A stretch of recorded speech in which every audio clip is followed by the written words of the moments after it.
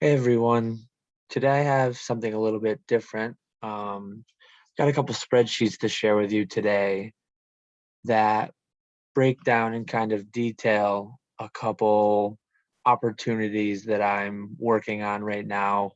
Both of them deal with modern product, and both of them are purely resale endeavors, not really anything to add to my collection, just opportunities that I saw and am trying to act on to get a little bit of revenue coming in through Troll and Toad EVO. So this first spreadsheet here, you'll see it's titled 300 Shining Fates Pack Breakdown.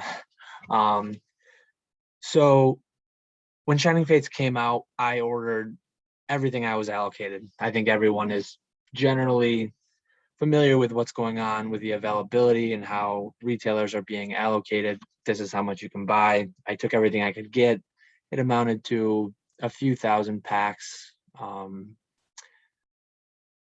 Larger release than I would have historically done compared to like years ago. But again, today it's a different market, and modern is pretty much whatever you can get. There's a good margin to be made. So you can see right here, I guess we'll start out here. There's kind of a lot going on, but I'll walk you through each section of the spreadsheet. So my cost on these packs, I just use the ETB. Each product varies a little bit. Most will know that Shining Fates didn't have a booster box, but Shining Fates ETBs, I pay $33 per ETB, 10 packs. So basically, dice are free, sleeves are free, the EV promo, I'm not even counting any of that. I just figured that my cost per pack is $330 and 300 packs. So what I did was I had sent about 1,000 packs to Troll and Toad EVO for them to sell on. The rest I sold on my eBay. Some amount of them I opened myself. But so my cost basis for this little experiment is $990. I mentioned in the podcast with Nick a couple podcasts ago that Troll and Toad Evo offers this service called A-List Fulfillment. They'll actually go for you and they'll break down for 2 cents per item. So a booster pack has 10 cards and a code. So 22 cents per pack. The cost for them to open these 300 packs for me and basically process them into singles, which you'll find on the left side, it costs $66. So 2 cents per item, 22 cents per pack times 300 packs, $66. Down the left side, you'll see the results sorted price high to low of what they pulled for me. I did get a Charizard VMAX. I did get a Suicune Shiny Rare. Skyla Full Art. I had some decent pulls, won each of those, and all the way on down, you'll see the 300 code cards that came from them. Rares, reverse hollows, commons and uncommons. You'll even see the energies throughout there. And then what I did was I exported the spreadsheet that they generated when they added my inventory to my Evo account. And I just took, when I made these live, essentially same thing I do on eBay, I just beat the lowest listed price by a little bit, and that's what this amounted to. So every one of these prices at the time that I listed it was the lowest listed price on Evo, on Troll and Toad. So you can see up here in the top right, this is their fee structure. Any item above $500, which that doesn't apply to any of these, it's a 3% rate plus a $45 base fee. So essentially they're hitting you for 9% on the first $500 and then 3% thereafter. The relevant numbers for this, only the Charizard falls into the $69.95 to $499.99 tier. So that card costs 10% plus 30 cents. Sounds fairly familiar. That's right around the ballpark of what eBay charges for sales. And you will notice that $1.10 to $69.94, the rate is 15% plus 30 cents. So that is 5% higher than what eBay charges. But one thing you've got to keep in mind is that you're shipping off to them. In this case, I didn't even ship off to them. Well, I shipped the packs off to them, and then they broke down to the singles. But once a sale is made, Troll and Toad has described the condition of these cards, and they take all fulfillment duties. They take all customer service duties. If and when any of these cards lead to returns or anything down the line, they take ownership of that. You get the sale, you're done, you wash your hands of it, you get your net here is the list price less these fees. So once you get that net amount deposited into your account for a successful transaction, it's done, it's over with. It's, in my mind, it's the equivalent of the eBay GSP program for anyone who's used that for international sales. You pretty much get it to them and then you're done. It's always going to be a successful transaction. So from there, you can see that the value of my, again, 11 items per pack, so 3,300 items in 300 packs. The total net value, so this number right here is a sum of column P. So this is my net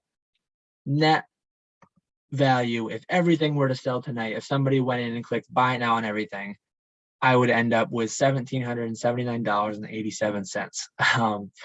So the interesting thing to compare that to is, we know I started with packs.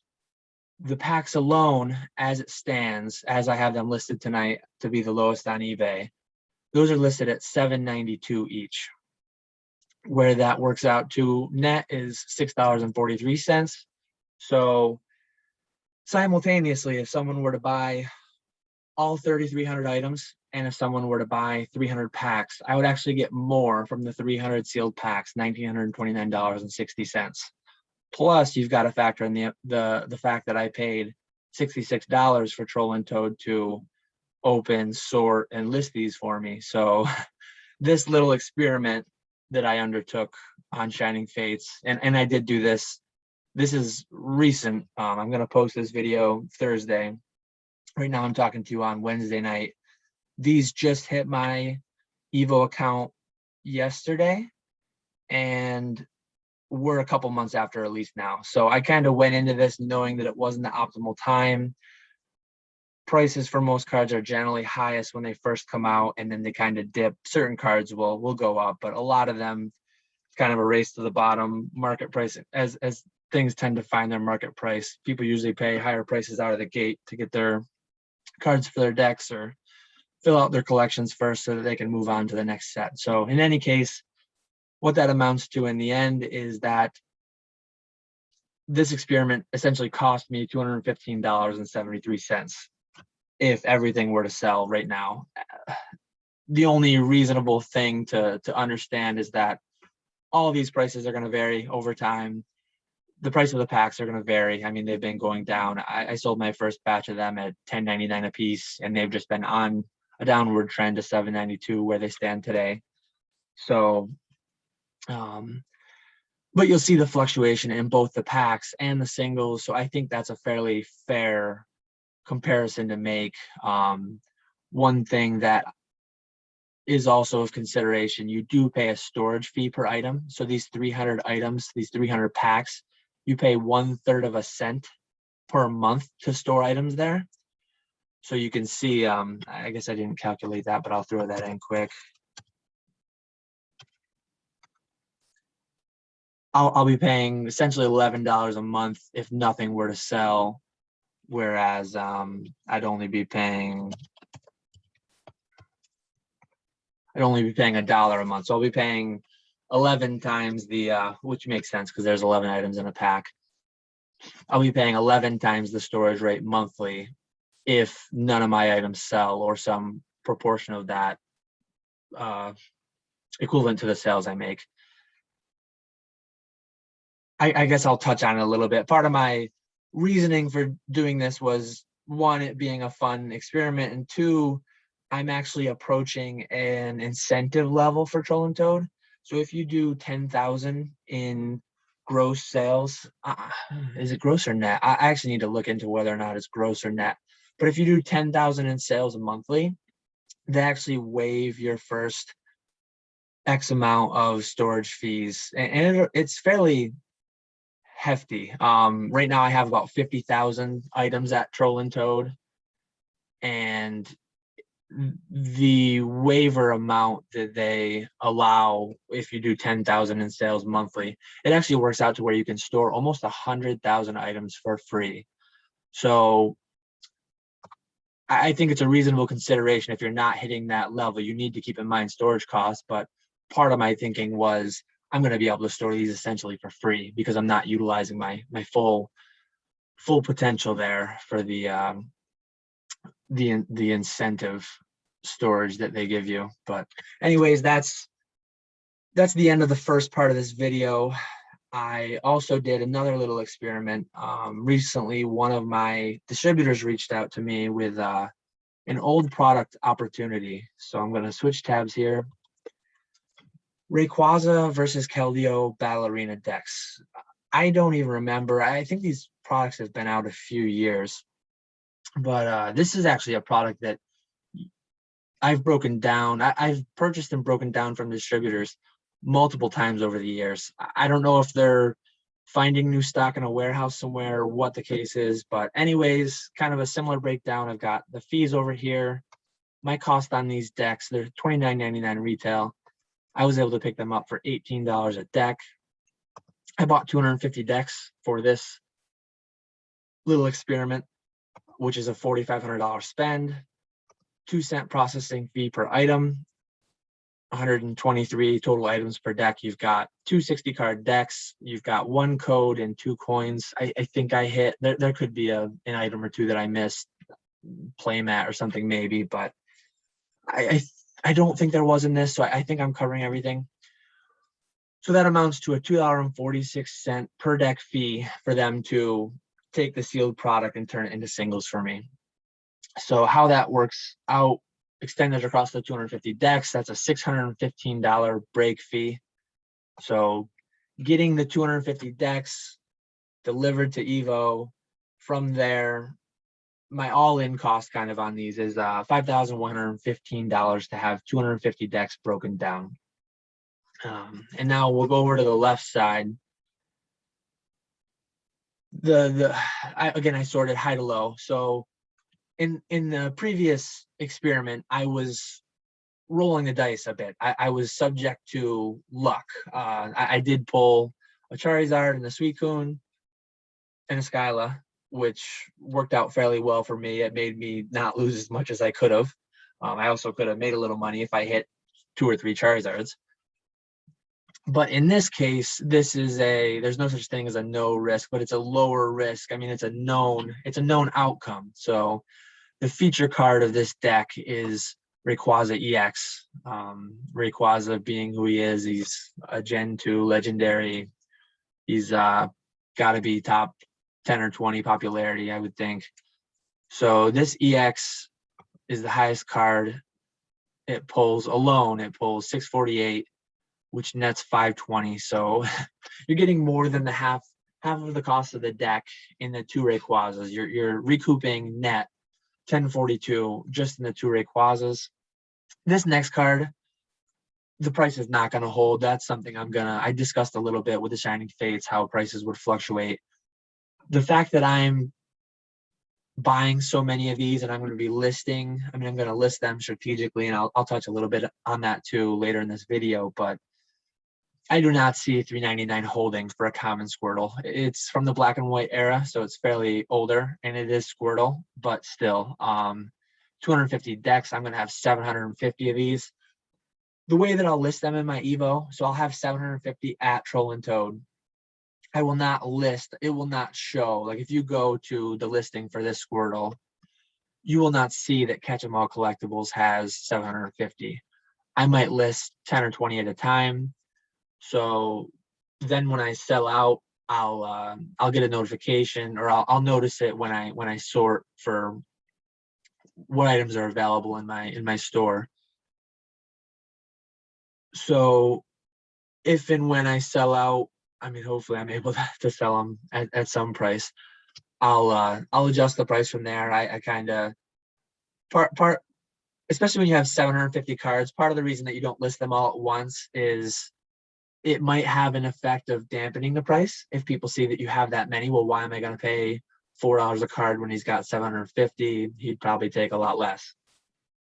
Another thing is, and this Squirtle I don't think is subject to this side of it, but say it's a more modern card and say it's a random trainer that goes for $3.99 now. It might win a regional, it might win worlds, and it might become a staple in a deck. So if you've got 750 of a $4 card, one thing you run the risk of is if that thing goes to $8 overnight, someone buys out all 750, they double their money, and you kind of lose out on some possible profits there. So that's two strategies towards not listing your entire inventory all at once. It can go the other way too. I mean, if you move everything quickly at $4 a piece over a few month period, and then 4 or 5 months later, the price just tanks on it and it goes to like bulk, that's actually an interesting card here. Versus Seeker, they sell for $3.28 each right now. I used to sell play sets of those years ago for $20 to $25 each. So that used to be a $5 card, $6 card.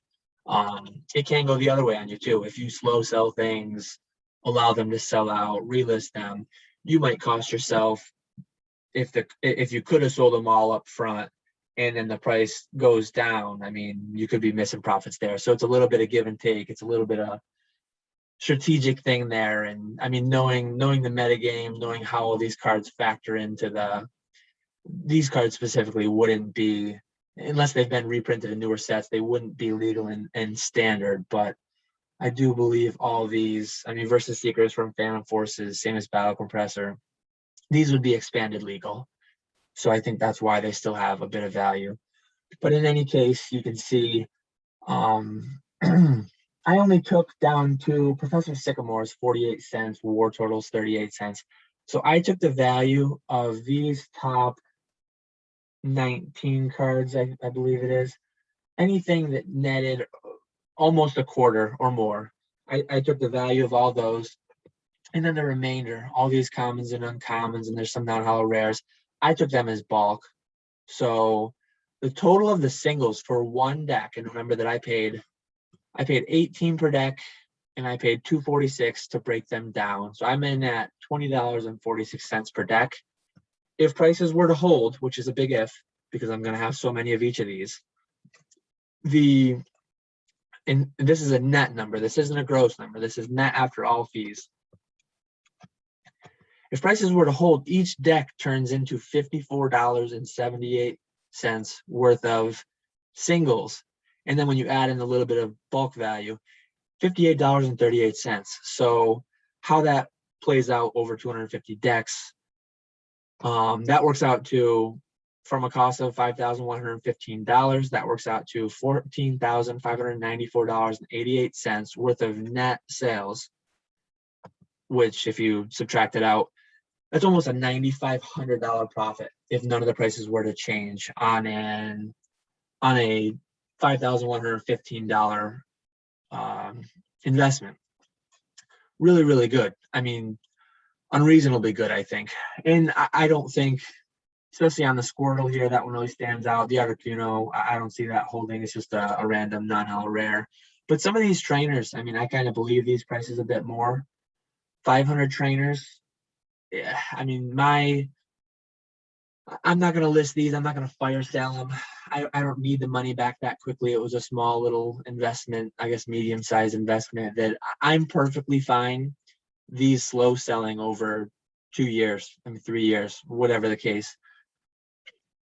I also went through just to kind of, I don't know if you could call it a worst case scenario, because it probably could be worse than this, but if prices were to halve just across the board, if Rayquaza went down to, what would it be, 324, Squirtle went down to $2, if everything literally just halved, you'd still be looking at a net profit after everything of $1,087.25.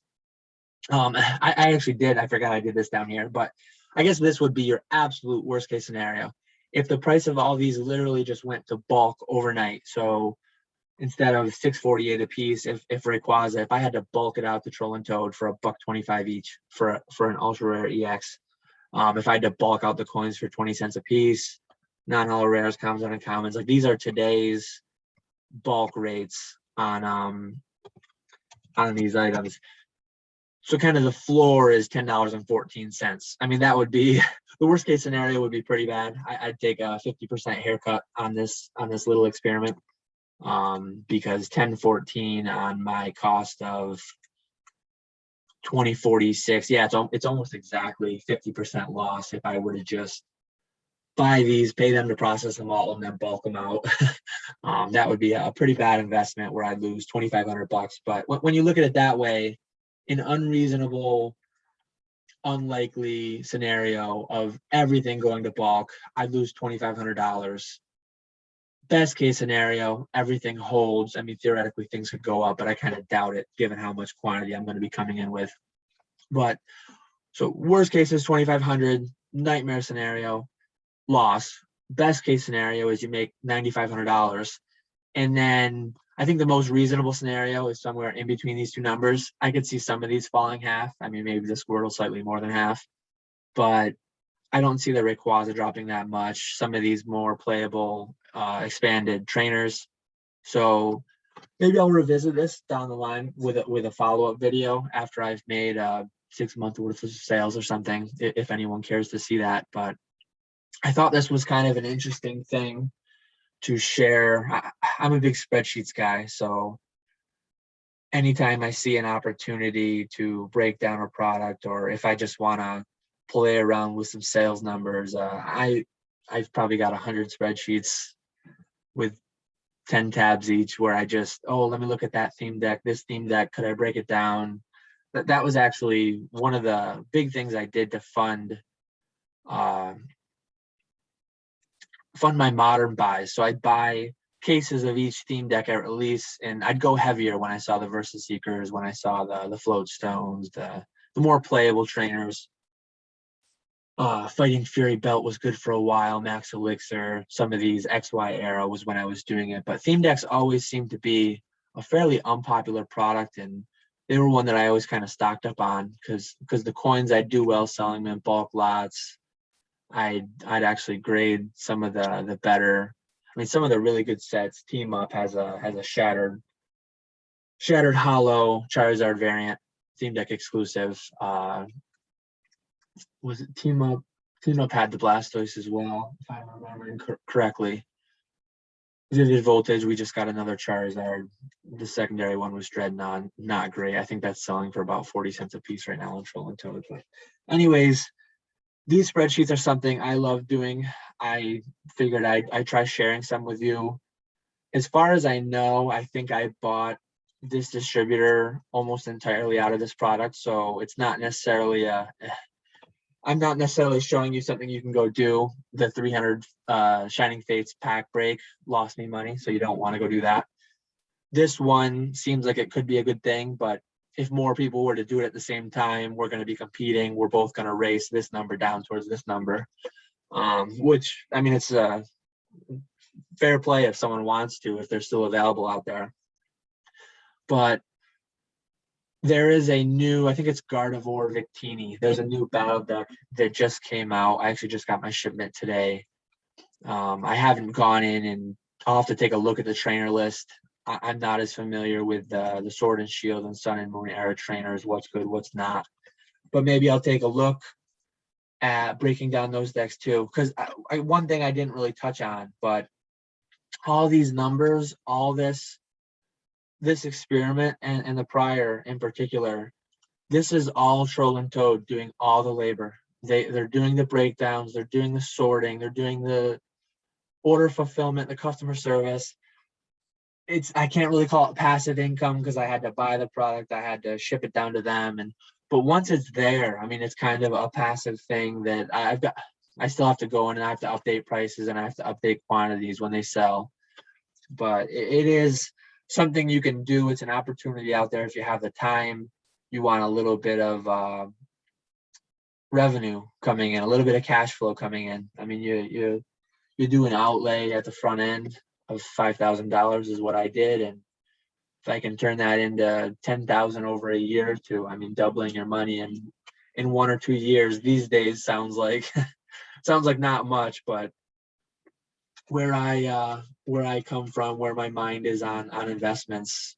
If it's fairly hands off and I can double my money in a year or two, that's amazing business to me. So again, feel free to if you had any value from this, if you like what you see, if you want me to do more spreadsheet type videos, feel free to like and subscribe. Leave a comment if you have any questions, if you have any spreadsheets you want to share, any